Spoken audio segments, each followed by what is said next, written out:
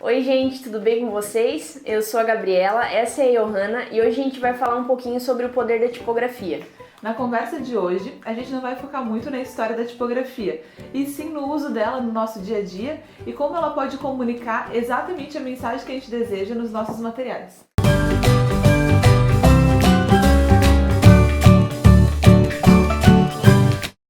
Muitos designers eles costumam criar sua própria tipografia ou seus letterings, mas é muito comum também a gente ver alguém pedindo opiniões ou sugestões de alguma fonte para fazer combinações tipográficas. É importante ter bom senso e conhecimento sobre a linguagem da tipografia e o que a forma dela transmite. Assim, a gente consegue ter certeza que a mensagem que a gente deseja está sendo passada com sucesso. É bem comum a parte da tipografia ser menosprezada. Às vezes a gente perde bastante tempo procurando uma imagem ou modelando um objeto 3D e acaba dando menos importância para a tipografia. Às vezes, se tem alguma coisa no layout que está te incomodando e tu não sabe o que é, muitas vezes pode ser a tipografia. Agora a gente vai fazer um corte para a tela de vocês e explicar um pouquinho sobre a anatomia da tipografia. Então, gente, eu fiz um esqueminha aqui que vai ficar mais fácil para eu explicar e para vocês entenderem. A altura da versal é sempre o topo da caixa alta e daí depois a gente tem a altura de X, que vem da linha de base até o topo da caixa baixa das letras. Depois, tudo que vem embaixo da linha de base a gente chama de descendente. E tudo que tem em cima da altura da versal a gente chama de ascendente. Aqui tem só o básico da anatomia, depois se vocês forem pesquisar a fundo, existem vários outros nomes e muito mais detalhe, mas com o que está aqui já dá para ter uma boa noção. Então essa perninha que tem aqui no T, no I, aqui também, no R, ela é chamada de serifa. Existem vários outros tipos de serifas que depois a gente vai comentar melhor sobre. Essa parte interior do O, do P, do G, do A, a gente chama de olho. Aí aqui essa partezinha do G é um nome bem sugestivo, chamado de orelha. Essa parte aqui do R, do A, do F, elas são chamadas de terminal. Existem vários tipos de terminais, que pode ser arredondado, reto ou até diagonal. E por último, essa parte aqui do A é chamada de bojo. Aqui embaixo eu separei uma coisa que é muito importante a gente falar, que são as ligaturas. Ligatura é essa junção que alguns pares de letras possuem, o F e o I, o FL, FK, só que muitas vezes essa junção pode dar muito errado, que foi o caso aqui do F e o K. Se for ver bem, ele acabou parecendo um A em vez de um F e um K, então isso é um problema, tem que tomar bastante cuidado. Já o F e o I deu certo, porque aqui nesse caso acabou juntando a terminal do F e formando o pinguinho do I. No geral, o básico da anatomia tipográfica é isso. Agora a gente vai explicar um pouquinho melhor para vocês como isso faz bastante diferença na hora da gente reduzir uma tipografia. A altura X de uma tipografia afeta bastante no seu tamanho aparente e no impacto visual. A Helvética, por exemplo, tem uma altura X bem grande. Então, se você usar ela num tamanho 7 ou 8, numa legenda de revista, ela vai funcionar muito bem. Mas se você colocar ela em 12, por exemplo, num cartão de visitas, vai parecer enorme. No geral, as tipografias que têm as partes inferiores maiores, que é a parte interna do G, a parte interna do O, por exemplo, quando essas partes são maiores, as tipografias funcionam melhor reduzidas. O tamanho padrão em muitos programas é 12. Isso funciona muito bem em tela, mas se você for imprimir um texto no tamanho 12, vai parecer muito grande. Sim, é mais comum usar então nesses textos tipografias de 9 a 11, mas é óbvio que tudo vai depender do seu público e qual é o tipo de material. Por exemplo, fonte 12 é um bom tamanho para você diagramar um livro infantil, mas se você colocar um tamanho de fonte 12 no outdoor vai ficar ilegível. Então, ao invés de torturar a fonte, por exemplo, porque é bem comum a gente receber um briefing que tenha que ter bastante texto no outdoor, você não precisa torturar a fonte condensando ela manualmente. Por isso existem as fontes que já vêm condensadas pelos designers. A gente vai colocar um exemplo aí para vocês de uma tipografia que foi forçada a ser condensada e uma tipografia que já foi programada para ser condensada, já foi desenvolvida para isso.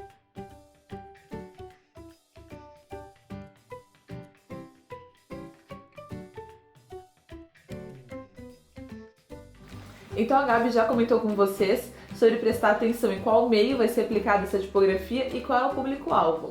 Se a partir disso você identificar que precisa de uma tipografia sem serifa, por exemplo, não adianta você escolher qualquer tipografia sem serifa, porque dentro desse grupo existem bastante variáveis. Da mesma forma, se você identificar que precisa de uma tipografia serifada, nem toda tipografia serifada vai funcionar para você. Isso porque existem muitos tipos de serifa e que comunicam coisas completamente diferentes. A gente vai colocar alguns exemplos para vocês agora na tela de variações de diferentes serifas. Então, como a Johanna estava explicando antes, a gente separou algumas tipografias sem serifa para explicar melhor a linguagem de cada uma delas para vocês. Aqui em cima a gente colocou o nome de cada tipografia e embaixo o que dá para perceber com elas. Por exemplo, a Próxima Nova é uma sem serifa que ela é muito neutra, então a gente consegue usar ela em muitos tipos de materiais. Já a Vaga é uma tipografia com terminais arredondadas, ou seja, ela é bastante amigável. Dá para usar em materiais infantis e tudo aquilo que você quer transmitir uma cara mais fofa, digamos assim.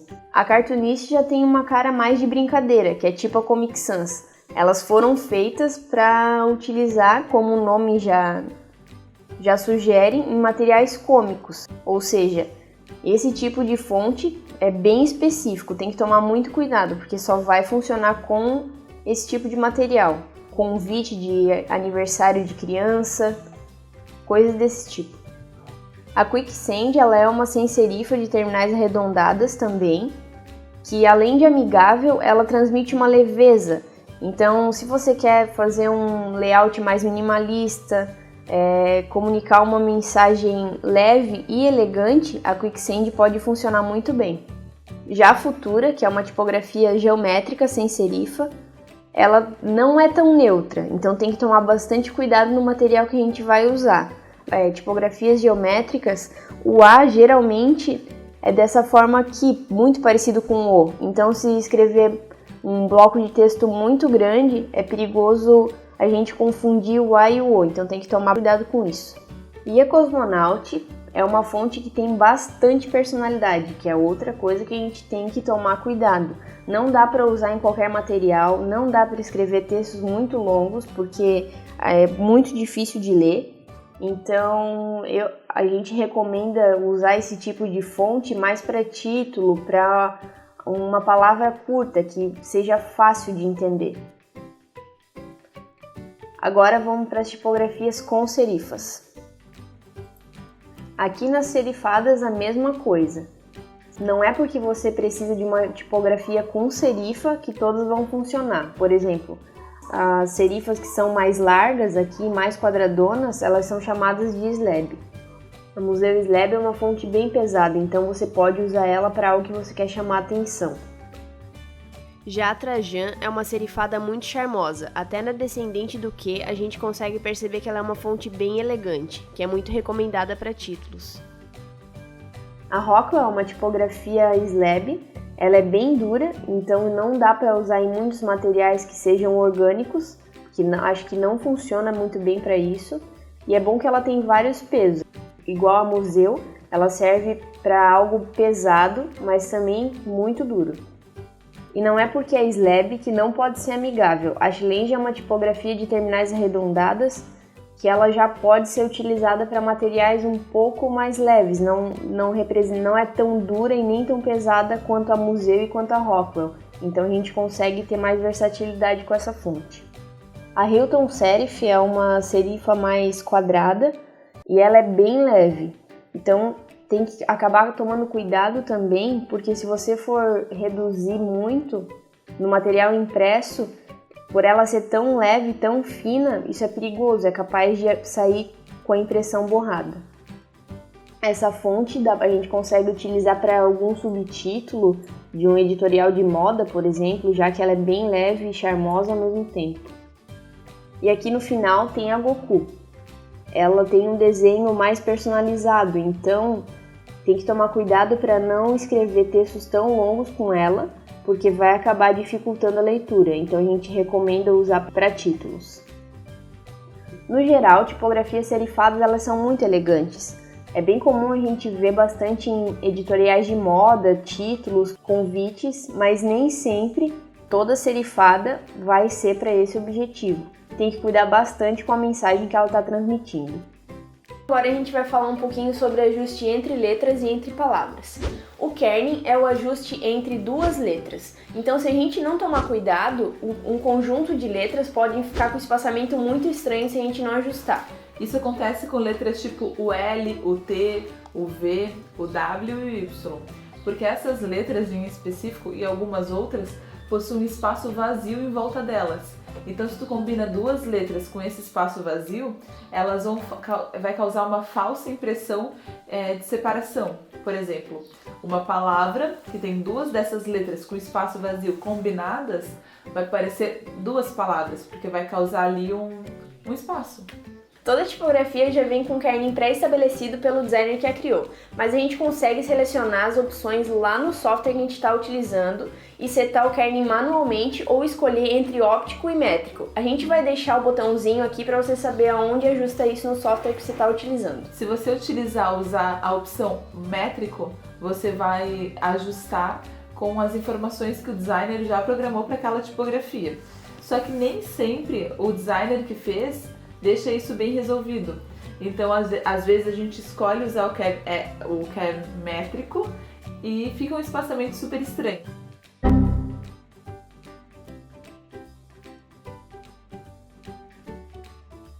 O kerning óptico ele é executado automaticamente pelo software que a gente está utilizando. Então ele vai calcular a melhor maneira e a melhor disposição de mostrar isso para o nosso olho humano. A gente vai deixar aqui embaixo, para quem se interessa pelo assunto, um jogo para treinar o olhar do espaçamento entre letras. Quem quiser, vai lá e testa os seus conhecimentos. O tracking é o ajuste total da palavra, diferente do kerning, que é o ajuste só entre duas letras. Então é preciso ter muito bom senso ao espaçar as palavras, porque é muito comum a gente ver por aí alguns layouts que junta todas as palavras, fica um negócio muito condensado e acaba dificultando para ler. Então, às vezes você vai poupar espaço, mas vai prejudicar a leitura, o que não adianta de nada.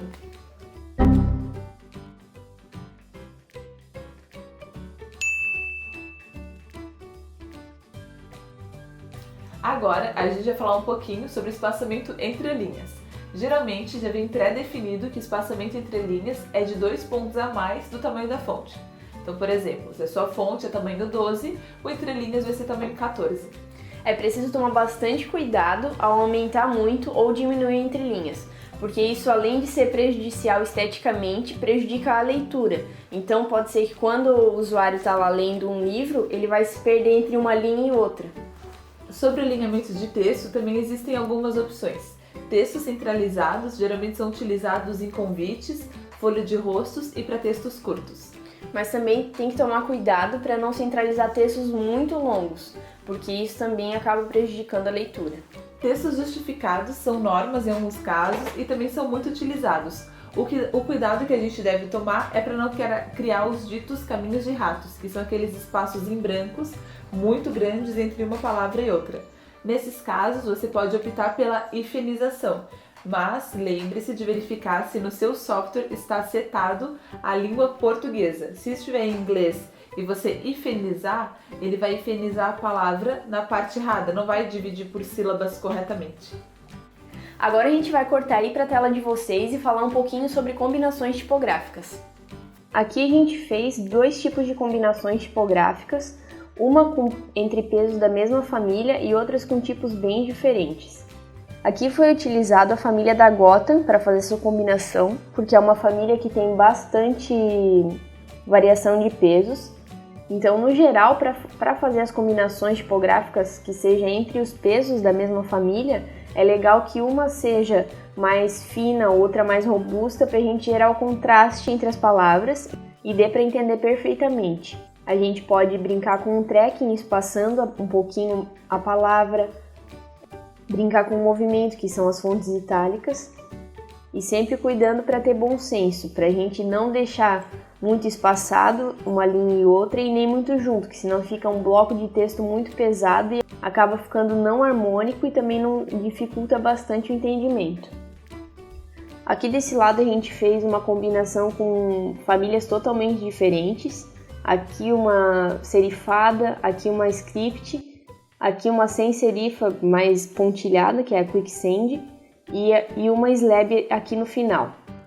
Como eu disse antes, o importante de tudo é a gente manter um contraste entre as tipografias, seja de estilo ou de peso. Por exemplo, não dá para colocar duas muito pesadas, que vai acabar formando uma mancha de texto, não vai ser legal para ler. E a gente pode brincar com o espaçamento delas. No caso aqui do G, eu aproveitei a descendente dele para espaçar a frase. Repito, gente, tem que ter bastante bom senso para fazer as combinações. E muito cuidado para não cometer nenhum desastre. Por exemplo, aqui o kerning do A ficou totalmente errado, acabou dividindo a palavra entre duas, cuidado, e muita gente também não percebe e acaba utilizando tipografias sem acento. Eu mesma já fiz isso, então cuidado para não passar vergonha. Aqui, apesar de ter contraste entre as fontes, ser uma bem diferente da outra, a gente vê que elas não são harmônicas entre si. Por exemplo, essa script está muito espaçada, não dá para espaçar a script, porque como elas simulam uma escrita à mão, ninguém escreve desse jeito. Também não juntem muito as letras umas das outras, ainda mais sendo tão bold como essa daqui, que vai acabar formando um bloco só de texto, vai dificultar a leitura e vai ficar ruim esteticamente. Recapitulando, o importante mesmo é gerar contraste. Não contraste ser tudo uma diferente da outra, mas sim uma mais leve e outra mais pesada, uma mais leve e outra mais pesada. Isso não é regra, mas é uma fórmula para a gente saber que está equilibrado. Então, sobre o que a gente falou ao longo da palestra, o mais importante é você ter bom senso e um olhar treinado para o assunto. É claro que é muito importante ler e conhecer, mas também é legal ter um bom repertório. Para isso, é bom se manter sempre informado e acessar diariamente alguns sites com boas referências. Só tendo o hábito de ver o que está errado, a gente consegue corrigir a gente mesmo. A gente vai separar alguns links, porque fica realmente difícil falar tanto conteúdo num tempo reduzido. E depois que a palestra for pro ar, a gente vai deixar lá na página da Gabriela, que é Gabriela Rosa no Facebook. Lá nessa publicação, se vocês tiverem alguma dúvida, pode deixar sua pergunta que à medida do possível a gente vai respondendo. Então é isso, galera. A gente espera que a gente tenha conseguido passar pelo menos um pouquinho para vocês. Obrigada a todo mundo que assistiu e continue acompanhando lá na página. Tchau!